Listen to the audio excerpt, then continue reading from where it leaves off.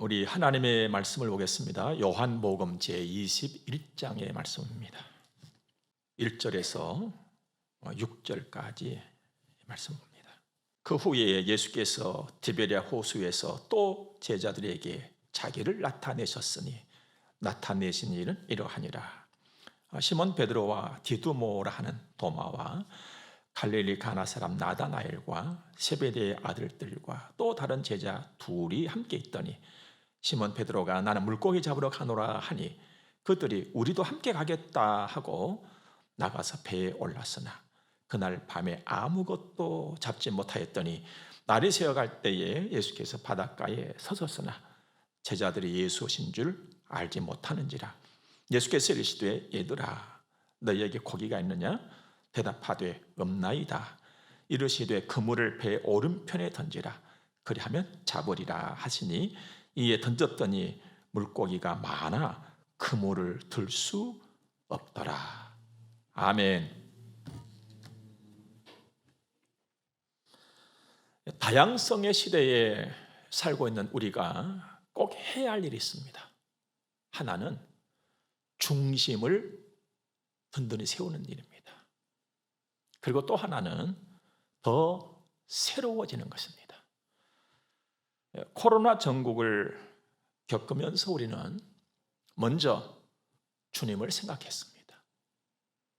그리고 주님을 바라보았습니다. 중심을 바로 세우는 일이었습니다. 각종 언론 그리고 세상의 소리를 듣기 전에 출렁대는 세상을 보기 전에 우리는 주님을 바라보았습니다. 그리고 주님의 말씀에 귀를 더 기울였습니다. 중심을 바로 세우는 일이었습니다. 그리고 애쓰는 우리 정부를 보면서 힘쓰는 의료진들과 우리 백성들을 보면서 우리 교회가 해야 할 일이 무엇일까를 찾아 나섰습니다. 그리고 내가 해야 할 일이 무엇일까? 역시 찾아 나섰습니다. 중심을 바로 세우는 일이었습니다. 그리고 하나님께 구했습니다. 새로워지고 더 새로워지기 위함이었습니다. 하나님은 우리에게 그때마다 지혜를 주셨습니다. 하나님께서 주신 지혜보다 더 새로운 것은 없고 하나님께서 주신 지혜보다 더 폭넓은 것도 없고 하나님께서 주신 지혜보다 더 깊은 것도 없는 줄로 믿습니다. 우리 교회는 누구보다도 어디서보다도 먼저 기본을 갖추는데 애를 썼습니다. 교회당 방역 작업을 시작했죠. 돌아보니까 2월이었습니다. 소독제를 층마다 예배실마다 비치를 하고 점심 나누는 일을 잠정적으로 중단을 해줬습니다. 매일 아침이면 우리 성문 가족들이 지켜야 할 건강 또 위생 관리 수칙 그리고 그날의 말씀을 영상을 만들어서 구역장들을 통하여서 전달을 했습니다. 예배를 드릴 때 예배실의 대문을 열어놓고 가능한 대로 환기가 되도록도 애를 썼습니다. 뿐만 아니라 외부인의 출입을 금했고 거리두기를 하고 또 삶의 현장이 안전하고 평안하도록 힘써서 기도를 했습니다.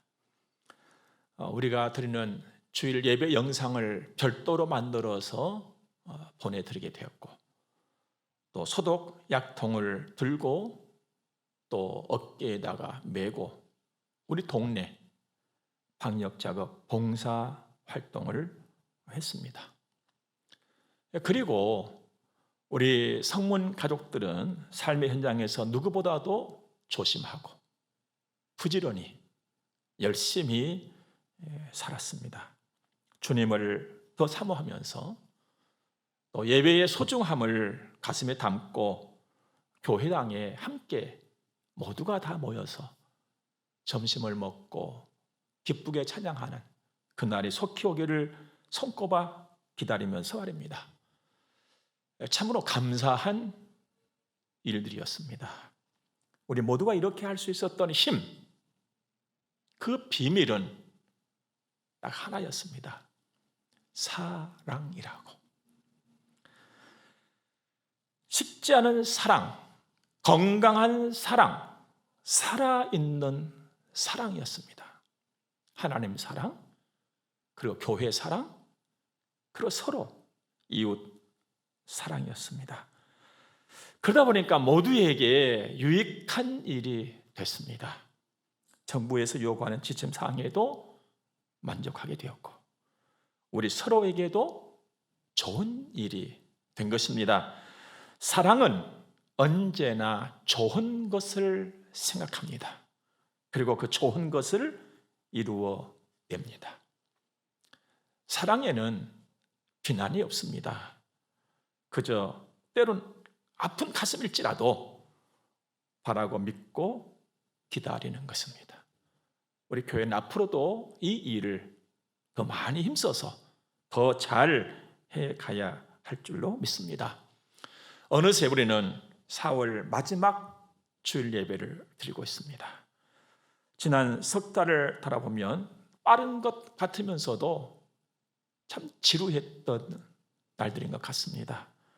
봄은 왔고 산천은 산뜻했지만 사람들의 삶의 현실은 그 모양새들은 참 칙칙했었지요.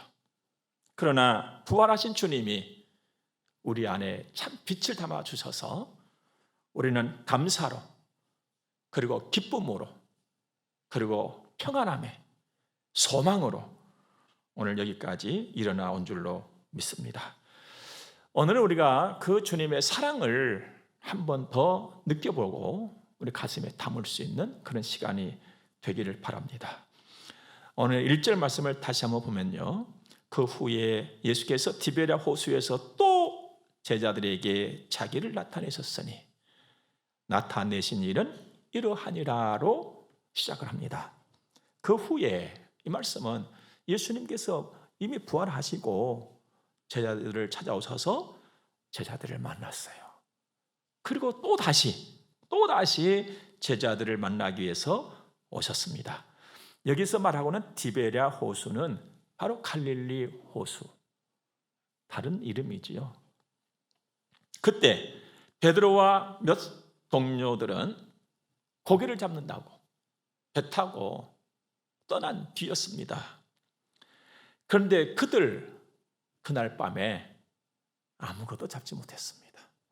3절 말씀 보니까 시몬 베드로가 나는 물고기 잡으러 가노라 하니 그들이 우리도 함께 가겠다고 나가서 배에 올랐으나 그날 밤에 아무것도 잡지 못하였더니 빈 배. 그런 날도 있지 뭐 하고 말하고 생각할 수 있습니다. 살다 보면 또 일하다 보면 그럴 때도 있는 거야 라고 생각하고 말할 수도 있습니다. 그런데 4절을 말씀 한번 봐보세요. 날이 새어갈 때에 예수께서 바닷가에 서셨으나 제자들이 예수이신 줄 알지 못하는지라. 여러분, 이제 한밤중이 아니에요. 지금요, 저 건너편에 예수님이 서 계신 거예요. 다 지금 보이는 거리란 말이죠. 근데 다른 누구도 아니고 얼마 전에 부활의 주님을 만났던 그 제자들이에요. 그 자리에 베드로가 있잖아요. 그들이 예수님을 알아보지 못했다. 여기서 우리는요, 그냥 지나갈 일이 아니다 이것이. 한번 생각해보자는 겁니다. 그냥 그럴 수 있지 뭐 하기에는 뭔가 석연치 않은 구석이 여기에 남아있다는 겁니다. 지금 성경은요, 우리들 구원의 길에 꼭 필요한 말씀만 다 이게 담아놓은 거거든요. 그러니까 그냥 지나쳐도 좋을 말씀은 난 하나도 없다 말. 다 필요하고 소중한 말씀들이라는 것이죠. 그리고 이미 베드로는 부활의 주님을 만났었어요. 도마도 마찬가지고 손까지도 집어넣어봤잖아요. 그리고 14절 보면은요, 예수님이 지금 세 번째 제자적이 나타난 거예요. 세 번째. 첫 번도 아니고 두 번, 세 번째 오셨는데도 못 알아본 거죠, 예수님을. 그렇다면 제자들에게, 베드로에게 문제가 생겼다는 거예요, 지금. 그 문제가 무엇일까? 사랑이었어요. 사랑에 문제가 생겼어요. 병들고 식어버렸던 것이죠. 식으니까 굳어지고, 굳어지니까 무뎌지고, 영적인 둔감. 병이라고 하는 것은요, 한순간에 와버리는 거예요. 그냥.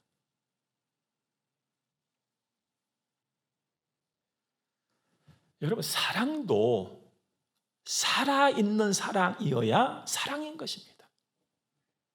우리 주변에는 죽은 사랑이 너무너무 많아요. 그냥.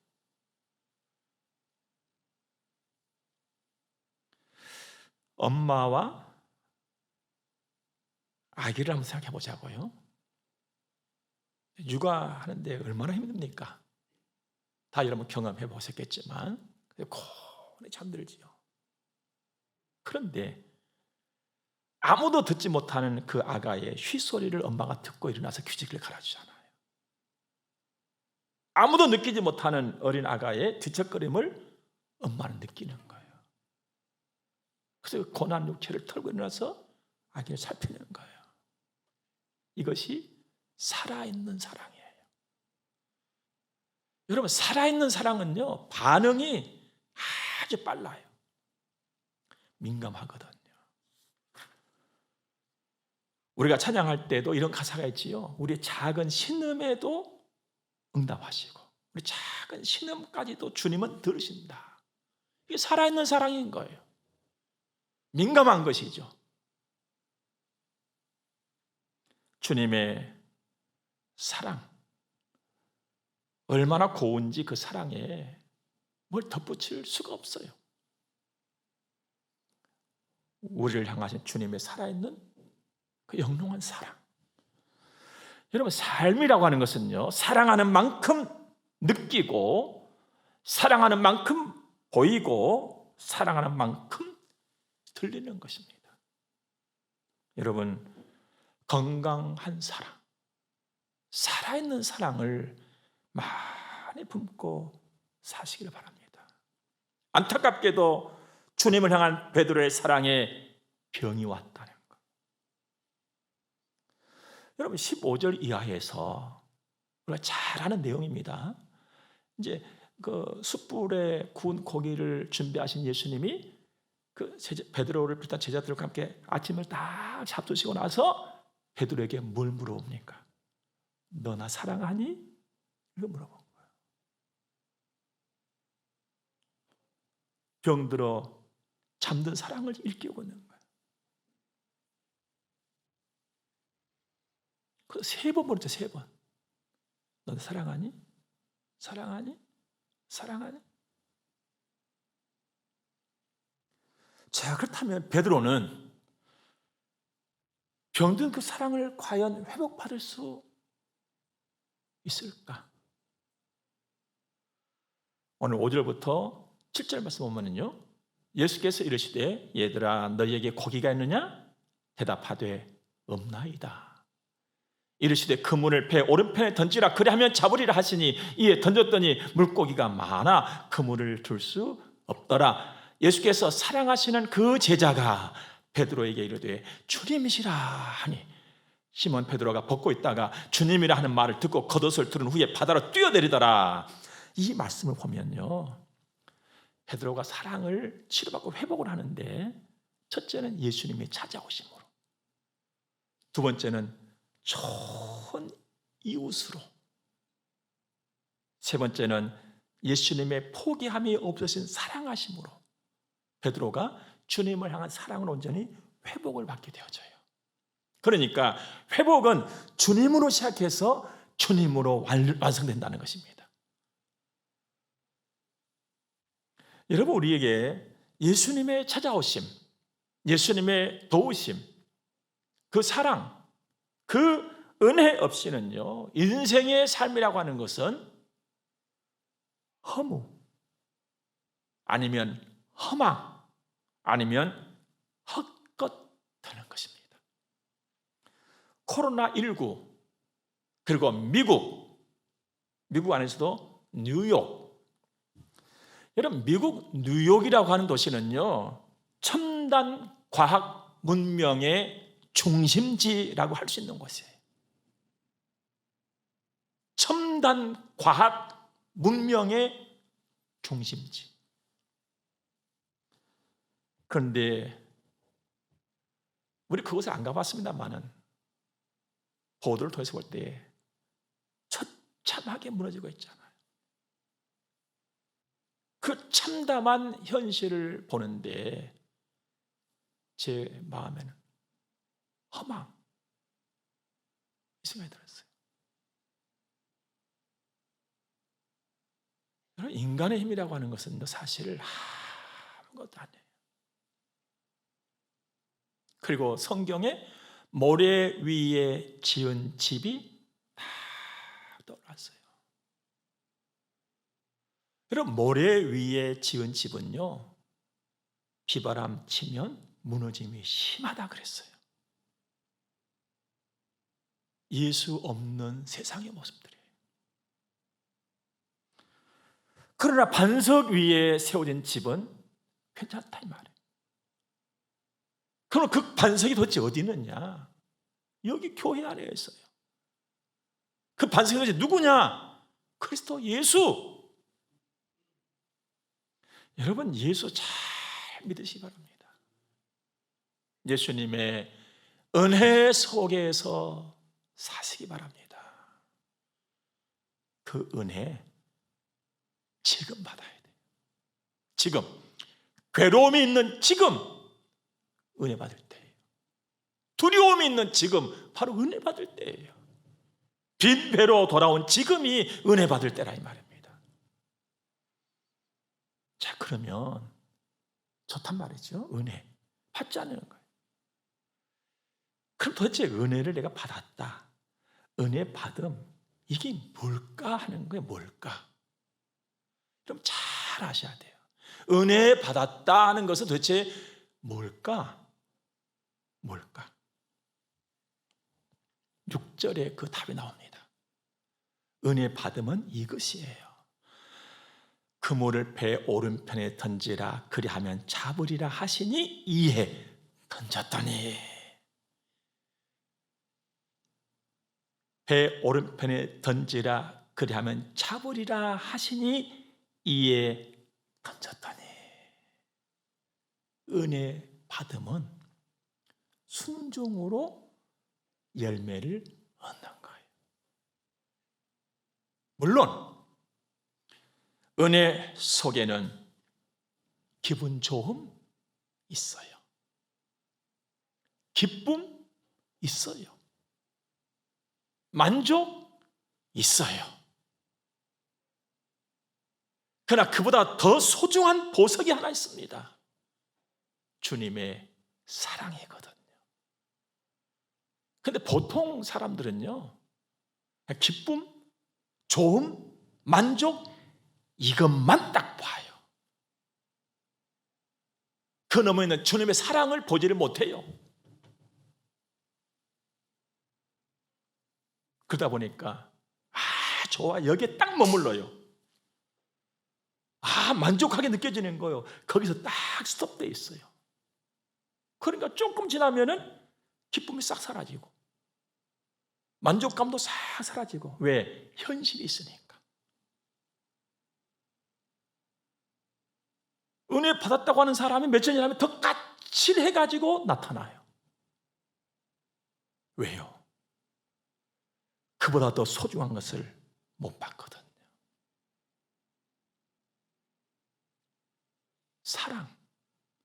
사랑은요, 끌어가는 힘이 있어요. 그래서 은혜를 받으면 만족하고 기쁘고 좋고, 여기에 주님의 사랑을 내가 딱 보니까 주님의 사랑이 나를 당신께로 끌고 간단 말이에요. 그래서 주님의 말씀을 듣고 주의 말씀을 따라가게 만들어주는 겁니다. 순종이 없이는 은혜 받은 것이 아니에요. 그냥 끝나버리는 거예요.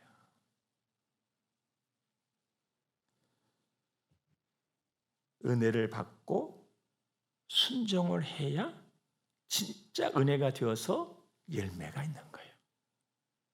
그것을 내가 붙잡아야 출렁거리는 세상 속에서도 기쁨과 감사와 만족함을 가지고 변함없이 주를 향해서 나아가고 이 세상을 이겨내는 거거든요. 베드로 보세요. 물고기가 많아 그물을 들 수 없었다. 그러나 이것이 또 다는 아니에요. 이제 물고기 많고 이런 모든 걸 통해서 막 주께 영광을 돌리고 그렇게 해야 되는 거거든요. 근데 베드로는 아직 그 은혜의 주인 되신 주님을 몰라보고 있어요. 아직까지. 막 기쁨도 있고 그물을 내서 그물이 찢어지도록 잡았으니 얼마나 기분 좋겠어요. 그러나 아직 주님은 못 보고 있는 거예요. 여기서는 한 걸음 더 나가야 되겠습니다. 도움이 필요하다. 내가 은혜를 보존하면서 살아가려면 도움이 필요해요. 우리 인생은 함께 가는 길이거든요. 함께 가는 길에 좋은 이웃이 반드시 있어야 되는 것입니다. 사람은요, 혼자는 못 써가는 거예요. 이 사람 말 듣고 이쪽으로 흔들리잖아요. 저 사람 말 듣고 저쪽으로 흔들잖아요. 이웃이 이만큼 중요한 겁니다.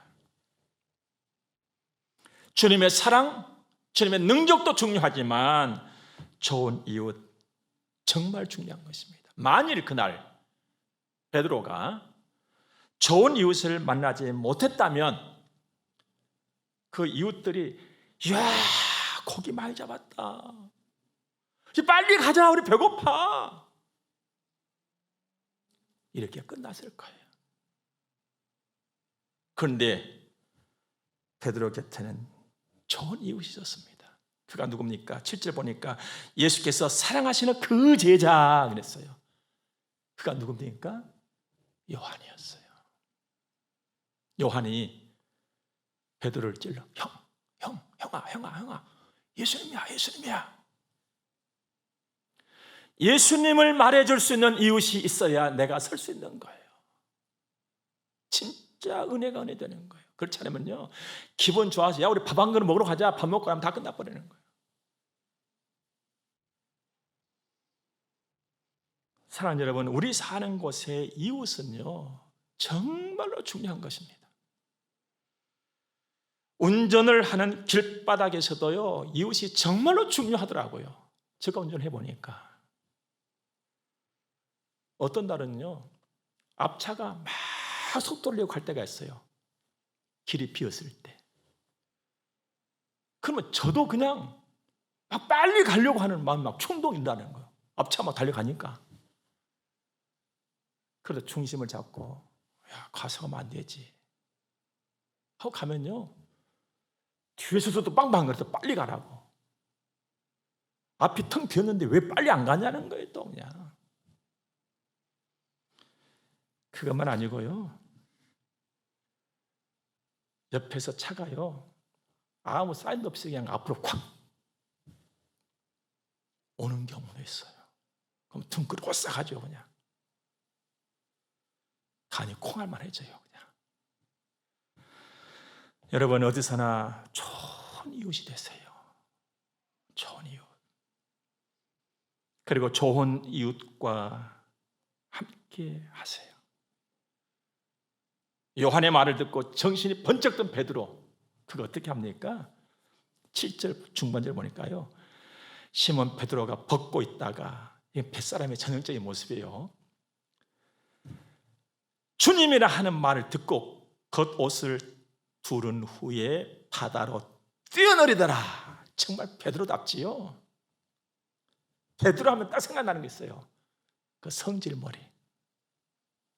그냥 행동으로 먼저 나오는 사람. 그 성질이 어디 안 갔어요. 여러분 어때요? 여러분의 성질이 어디 갑니까? 뭐 나이 든다고 성질이 어디 가요? 성질 안 가요. 안 가요. 그 성질 그대로 갖고 살아요. 다만 다듬어지는 거예요. 네? 다듬어지는 거예요.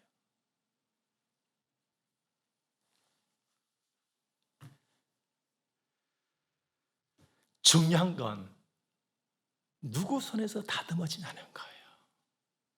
누구 손에서? 여러분 사람 손에서는요 절대 안 다듬어져요.